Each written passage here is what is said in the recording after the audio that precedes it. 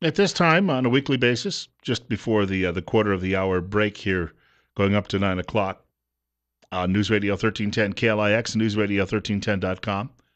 We're joined on air by the publisher of Idaho Weekly Briefing, Randy Stapilus, and we delve into some issues that are near and dear to Idaho residents as well as those people who are paying taxes, because a lot of it deals with legislative issues. And while not all legislation has an impact on taxes, quite a bit of it does.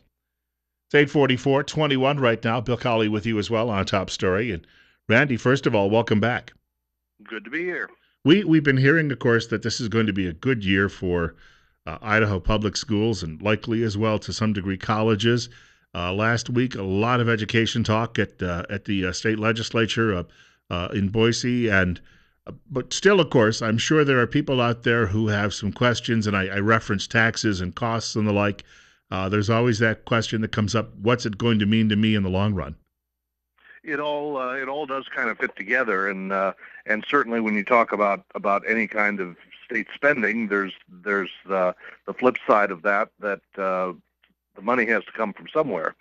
So part of what's happening there, I think, is that simply the economy is getting better. Idaho's economy is rolling along pretty well, and that has increased the amount of money in state coffers. So for both public schools and for higher education, which in many years has not really done very well in the state budget process, both of those this time are smiling a great deal more. They're seeing at least in terms of the governor's proposal, possibilities for kind of getting back a little bit of where they were a few years ago in relative terms. They've done pretty well out of the governor's recommendation, and the governor's recommendation kind of sets the pattern anyway for consideration of what they may do next. When the governor's recommendation doesn't really call for any tax increases, as was the case here, then legislature often goes along with something fairly similar. Last week was the big week for education in that sense. It's referred to in the State House as Ed Week, because that's when all the university presidents come in. You have lots of speakers related to public schools that come in. Pretty much the whole education sphere of the state, aside from private schools, goes before the state budget committee and pitches their case, and that kind of dominated the legislature last week. I don't want to appear too cynical, but one part of me recognizes this is an election year, and my sister, your sister too, as well. They're both in the teaching business, and my sister tends to be in her political views because of that much more left of center than I would be. And I would think that a Republican legislature up for re-election this year, a great many of them are thinking, you know what, if we be kind to these people, they'll be kind to us come November. Well, there's certainly a good deal of concern and consideration in terms of taxes, and there are tax cut proposals that are already out there, and something along those lines could very well pass. In some ways, legislators would love to be able to have kind of in some respects, the best of both worlds, be able to do something that they can take home as a tax cut, and at the same time be able to satisfy the demands that have been there for some time in the area of public schools and higher education, because of course a whole lot of Idahoans have contact with that one way or another, particularly with public schools. But a lot of people have contacts of various sorts with higher education, not just in terms of being students that are there, but also in terms of things like ag research, which has outlets in every county in the state. So all of that taken together, if legislators can actually reduce taxes a bit and meet those needs, then that's kind of a formula for keeping legislators happy too. And I was going to say, you referenced a couple of weeks ago how big the one college is getting in Western Idaho. and because of the size of some of these are huge employers when you really consider the state workforce. Oh, they are. They are very large. They are among the largest single components of state employment that you see anywhere between the community colleges, the universities, and so on. And they are getting one thing about that's probably will come ever more to the attention of people around the state is that. It's getting a little bit more concentrated in some ways. I spoke, as you mentioned, about the College of Western Idaho, which is growing very rapidly in the Boise Nampa area. But Boise State University has continued to grow rapidly as well, and it's now estimating that it is providing well over 40% of all of the baccalaureate degrees that are issued in the state. That's kind of a huge percentage. It used to be much more evenly distributed among DSU, Idaho State University in Pocatello, and the University of Idaho in Moscow. But Boise State seems to be becoming kind of the outsized institution among the three now. 10 minutes away from 9 o'clock, Randy Stapilus is our guest this morning, publisher of Idaho Weekly Briefing. It's 21. Bill Colley with you as well on Top Story. News Radio 1310 KLIX and News Radio 1310.com. One thing you also focus on this week, you mentioned water and people trying to find ways to replenish it, I guess, by spending measures. And you referenced the fact that aquifers, and of course, my gosh, I heard a projection from Don Hall while he was still serving as mayor of Twin Falls that we could see another 1 million people in this valley. There's going to be a lot of demands for water coming up in the next 10 to 15 years. The governor is looking for ways to try to ensure that it's still there. Yeah, and that's going to be a real struggle because the aquifer has been drawn down a great deal. Part of the question that may arise in connection with that is whether agriculture is going to be able to use water in the same ways that it traditionally has, because agriculture is the big water user in the area. That's what a lot of the systems were originally built for. Primarily was for irrigation, and that question of who gets to use how much water is probably going to be a growing one over the next few years. Because if you do have people coming in that say would like to set up food processing or other manufacturing operations, and more people who want to come and live in the area, if you do have that, then they're going to be water users as well. And particularly a lot of kinds of manufacturing are substantial water users. People don't think of Micron Technology over in Boise as a big water user, but it certainly is.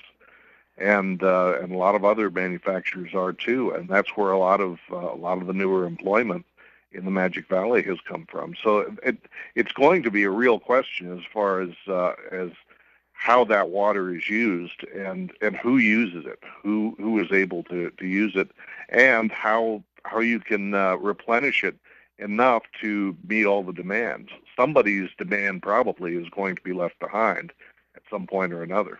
Because that's one of those resources. It's not like you can direct it. I mean, it rolls down from the mountaintops, and it's not like you can go buy more of it somewhere else on the market. It's a real limit that way. There's ultimately only so much of it. I mean, the human engineers have figured out how to do remarkable things in terms of moving water around within the region. Some of the irrigation efforts that you see in the Magic Valley, lifting water out of the Snake River, for example, in a lot of places, are really kind of spectacular feats. But there are limits to even what these can do, and there's a limit to the overall amount of water. It is, after all, desert country. I was going to say, a friend of mine I worked with in television years ago, his father's scientist, his specialty is coaxing water out of dry land, and he's had a contract with the government of Jordan for about 20 years now because similar situation, big population and no real water on the horizon.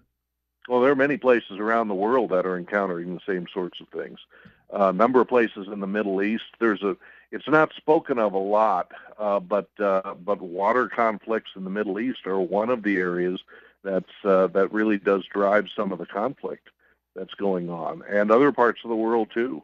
One of the areas of tension between India and Pakistan has to do with water supply in some of the regions in between.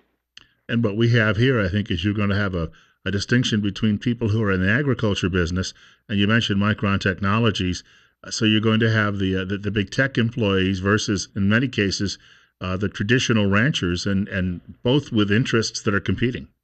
You could very well see that kind of thing. You look at the food processors, the large manufacturers that have Chobani and others that have come into the area, and they all need water of one sort or another. They're all water users, and they cannot come to the area if they don't have it. And they once they're there, they absolutely need it as well. And really, everybody is going to be in competition for that water, and it's going to be a little different kind of time, and very interesting. 854. Randy Stapilus, publisher of Idaho Weekly Briefing, is our guest. And Randy, for people who'd like to take a look at the briefing, where do you send them? I would send them to www.ridenbaugh.com. That's RIDENBAUGH.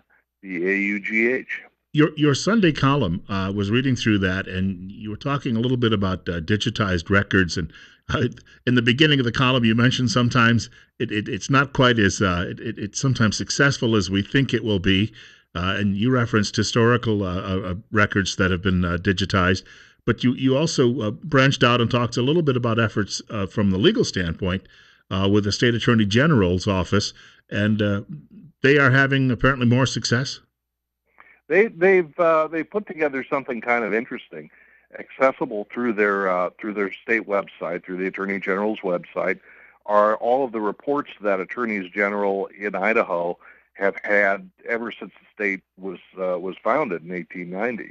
Almost all of them. There are a few of them that are missing, and they were kind of putting out the call for anyone who might have a copy from those missing periods, and we'll see how well they're able to fill those up. But they are kind of interesting. I read through some of them, and even the first one was quite interesting. Some of them were very blunt and almost read like statements that you might hear somebody say just over the table, talking about so and so did this, so and so did that, and they didn't behave properly, and there were some interesting bits and pieces scattered through there. But it's a good part of legal history, and it can give us some useful lessons now. And in the legal area, precedent is always important. So it had some value. Sounds like you may have another book coming there. You never know.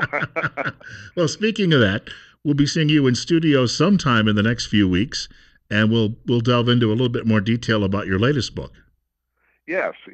I do expect to be over in the area before very long, and I'd like to see as many people as I can when I do. I was going to say, trying to write the briefing though every week and do all that research, and also trying to write books at the same time.